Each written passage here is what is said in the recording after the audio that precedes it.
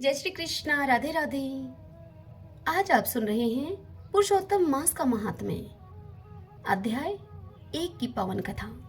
और इसी के साथ हम सुनेंगे पुरुषोत्तम क्षेत्र का महात्म्य भी। मल मास में सुबह जल्दी उठकर स्नान आदि करने के बाद, पूजा पाठ आदि होने के बाद अंत में पुरुषोत्तम भगवान की कथाओं, उनके महात्म्य को सुनने का अनंत गुना फल मिलता है।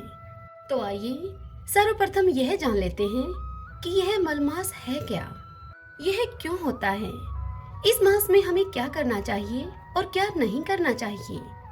वीडियो थोड़ी लंबी जाएगी, मेरी आपसे रिक्वेस्ट है संयम के साथ अंत तक बने रहिएगा।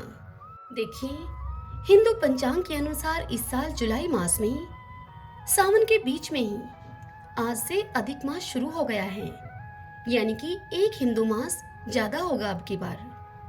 इस बार अधिक मास के कारण यह साल 2023 में 12 नहीं कुल 13 महीनों का होने वाला है। हमारे सनातन धर्म में अधिक मास बहुत ही महत्वपूर्ण होता है और पूजा पाठ की दृष्टि से तो बहुत ही शुभ और पुण्य कारक माना जाता है, क्योंकि इस मास में किया गया जप तप पूजा पाठ 10 गुना ज्यादा फल देता है और मोक्ष की प्राप्ति कराने वाला होता है। मल मास को लोंद मास, अधिक मास और पुरुषोत्तम मास आदि कई नामों से जाना जाता है, क्योंकि इस मास के स्वामी स्वयं सृष्टि के संचालक श्री हरि हैं। इस बार 2023 में मल मास 18 जुलाई से 16 अगस्त तक रहेगा।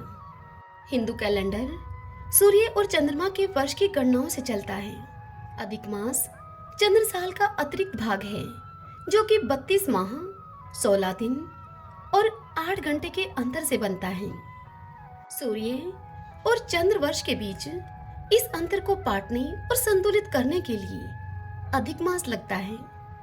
अब आप सब यह जाने गए होंगे कि मल मास क्यों और किस कारण से लगता है। इस मास में भगवान कृष्ण, भगवान विष्णु और नरसिंह भगवान की कथाओं को सुनना चाहिए। दान पुण्य के कार्य करने चाहिए। अधिक मास में श्रीमद् भगवद गीता, विष्णु सहस्रनाम का पाठ, भगवान पुरुषोत्तम के महात्म्य को सुनना तथा राम कथा और गीता का अध्याय करना चाहिए। सुबह शाम ओम नमो भगवते वासुदेवाय इस मंत्र का 108 बार जप करना चाहिए। अधिक मास में जप तप के अलावा भोजन का भी विशेष ध्यान रखना चाहिए। पूरे मास में एक समय ही भोजन करना चाहिए। इस मास में चावल, जौ, तिल, केला, दूध, दही, जीरा, सेंधा नमक, ककड़ी, गेहूं, बथुआ, मटर, पान, सुपारी, कटहल, मेथी आदि चीजों के सेवन का विधान है।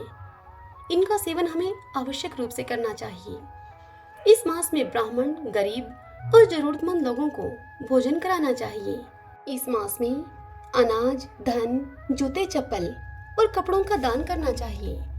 अभी बारिश का समय है, तो इन दिनों छाते का दान भी आप कर सकते हैं। किसी मंदिर में शिवजी से जुड़ी हुई चीजें जैसे कि चंदन, अबीर, गुलाल, हार, फूल, बिल्वपत्र, दूध, दही, घी, जनेऊ आदि का भी दान कर सकते हैं।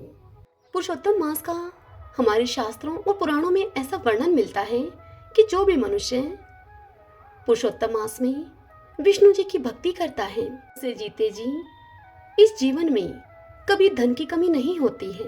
मृत्यु के बाद उसे स्वर्गलोक में स्थान मिलता है। इस मास में दीपदान करने का विशेष महत्व है। साथ ही इस माह में एक बार ध्वजा दान भी अवश्य करनी चाहिए। इस समय में दान पुण्य के कार्य करना, सामाजिक और धार्मिक कार्य करना और वृक्ष लगाना, इन कार्यों को करने में कोई दोष नहीं होता है। सिर्फ इतना ही नहीं, मलमास के दौरान कुछ चीजों के सेवन से भी हमें परहेज रखना है। इस दौरान लहसुन, प्याज, मांस, मदिरा, अंडे, बासी भोजन, शहद, मूंग दाल, मसूर की दाल, उड़द की दाल, साग सब्जी यानी कि हरी पत्तेदार सब्जियां, तिल का तेल, राई, घिया, गोभी आदि का सेवन भी नहीं करना चाहिए। और इसी के साथ मलमास में नए घर का निर्माण शुरू नहीं करना चाहिए। इस दौरान नया काम या फिर व्यापार भी नहीं शुरू करना चाहिए। इसके अलावा अधिक मास के दौरान किसी व्रत की शुरुआत व्रत उद्यापन, देव प्रतिष्ठा, वधु प्रवेश तथा भूमि की खरीदारी करने की भी मनाही की गई है। आइए अब हम सुनते हैं पुरुषोत्तम मास महात्म्य की पहली कथा और इसी के साथ सुनेंगे पुरुषोत्तम क्षेत्र के महात्म्य का पहला अध्याय। यह आपको प्रतिदिन नियम पूर्वक सुबह 5 बजे सुनने के लिए मिलेंगे, तो इनको आप अवश्य सुनिएगा। जिस प्रकार आपने हमारे चैनल को अब तक इतना प्यार और सपोर्ट किया है, उसी प्रकार उम्मीद है आप आगे भी करते रहेंगे। आइए अब हम कथा का रसपान करते हैं। सभी बोलिए विष्णु भगवान की जय। ओम नमो भगवते वासुदेवाय।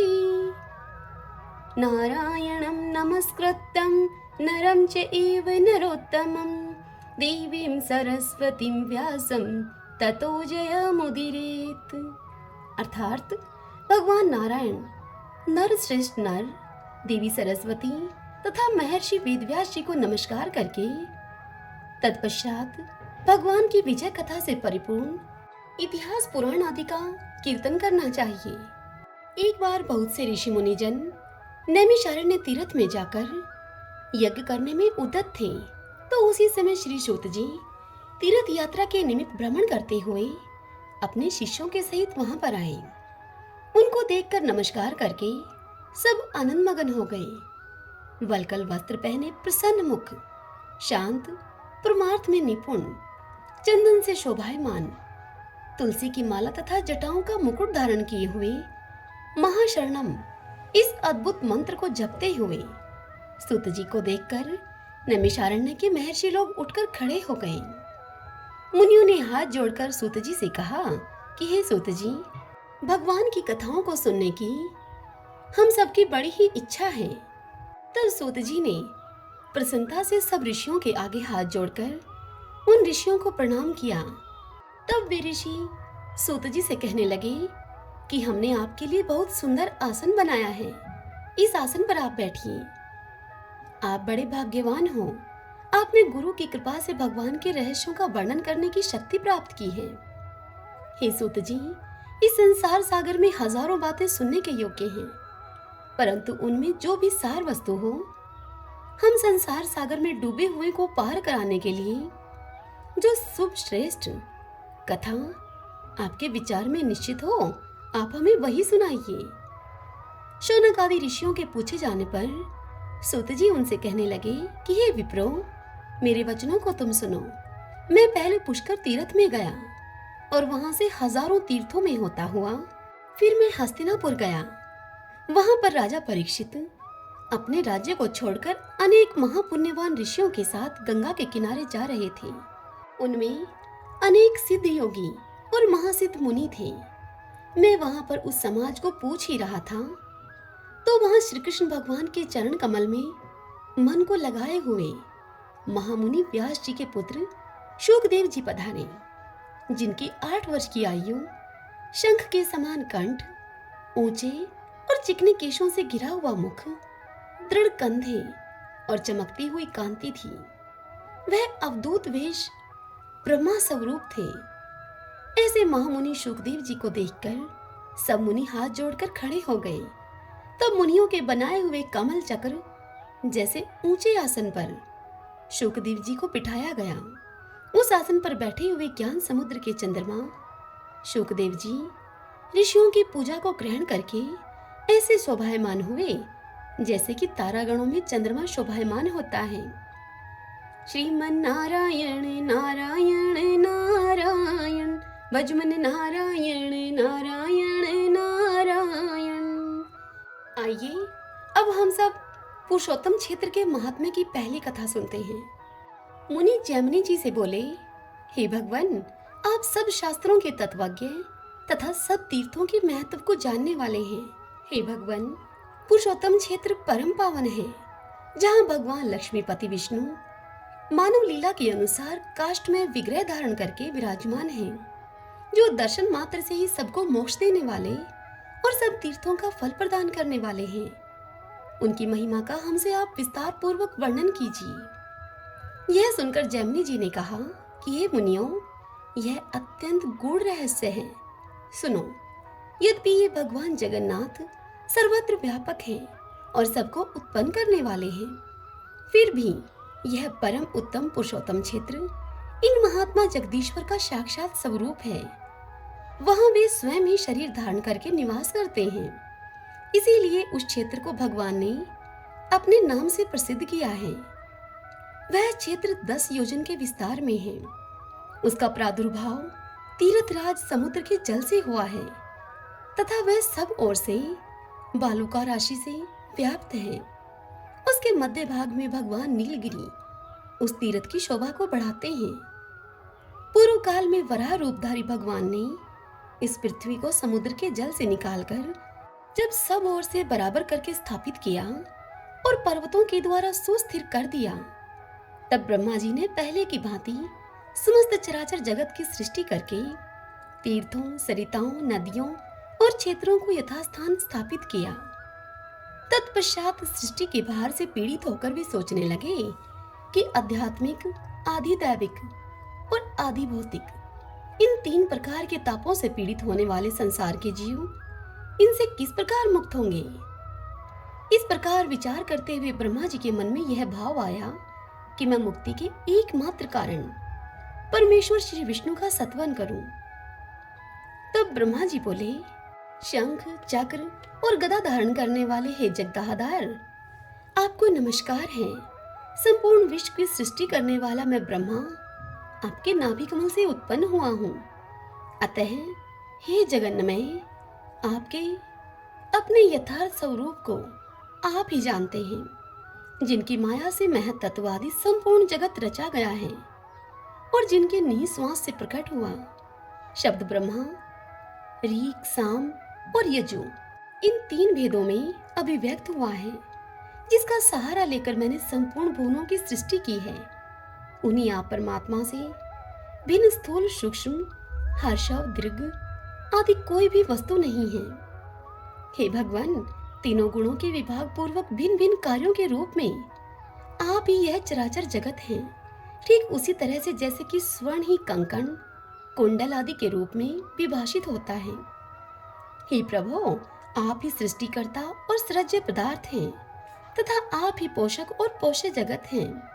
हे परमेश्वर, आप ही आधार, आधे और उन दोनों को धारण करने वाले हैं।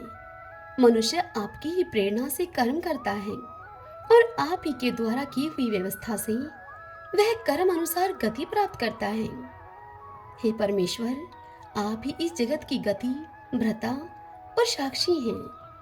हे चराचर गुरु, आप अखिल जीव स्वरूप हैं। दयामय हे जगन्नाथ, मैं सदा आपकी शरण में हूँ। आप मुझ पर प्रसन्न होइए।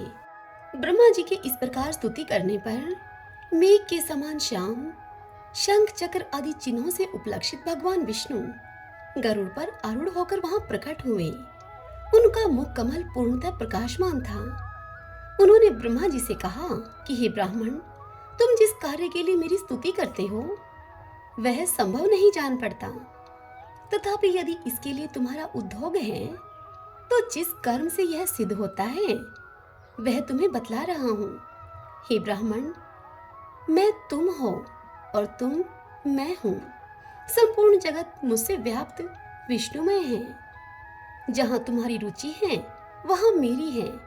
अतः तुम्हारी मनोवांछा की सिद्धि का उपाय तुमसे बतलाता हूँ।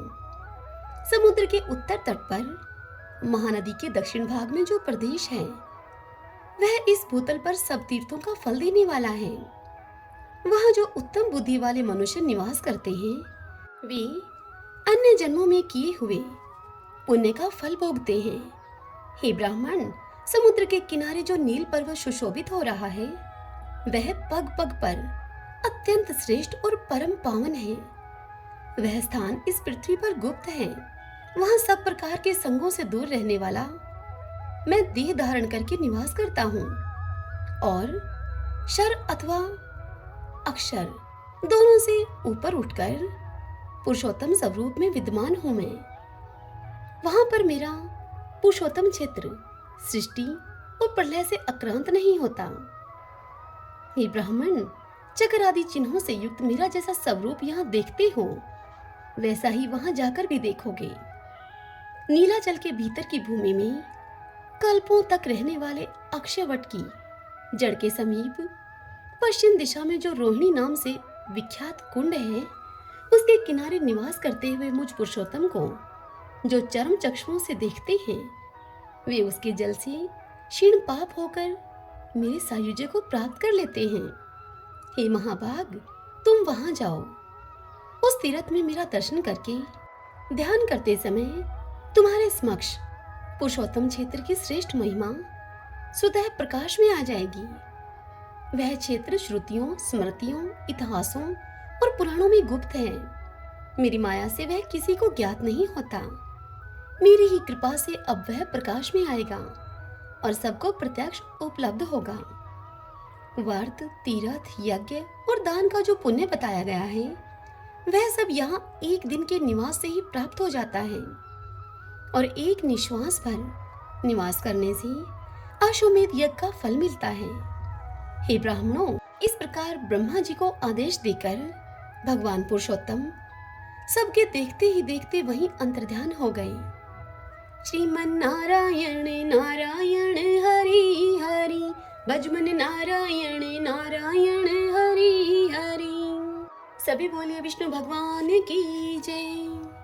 ओम नमो भगवते वासुदेवाय। आज की यह कथा आपको कैसी लगी? कमेंट सेक्शन में ओम नमो भगवते वासुदेवाय लिखकर आप हमें अवश्य बताइए। जय श्री कृष्णा।